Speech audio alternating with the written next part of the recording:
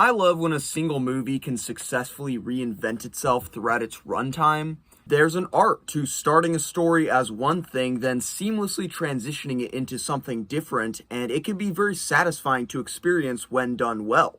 But if it's done incorrectly, it can have the inverse effect of feeling like a movie is setting us up for one experience, then leaving us hanging unsatisfied to go and pursue something else. And that is what Leigh Whannell's Invisible Man does, in my opinion. The problem is that the two parts this movie gives us are incompatible.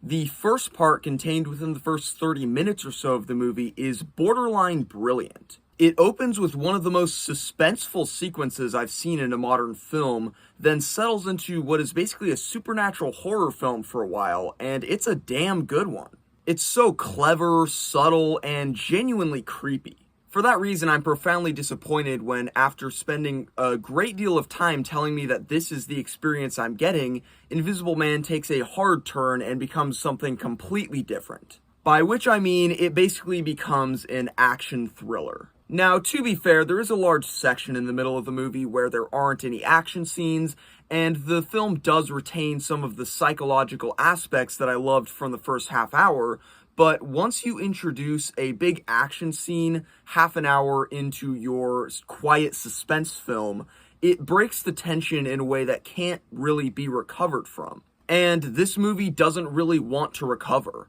It's content to allow the best stuff to remain as Act 1 while it goes off to do bigger things. And that's just a really hard sell for me because I loved what it was doing so much. The action thriller stuff isn't bad by any means. It may lack the subtle genius of the first half hour, but as far as these type of movies go, it's not bad. I just wish that if they were planning to go in this direction, they had set it up from the beginning instead of starting as one thing and then swerving here. The first 30 minutes of Invisible Man are a brilliant short film, and the rest of the film works as a pretty solid thriller. I wish the two halves were a little bit more compatible with each other, but despite that issue, I think this is still an overall solid film. In my opinion, it's a 7 out of 10.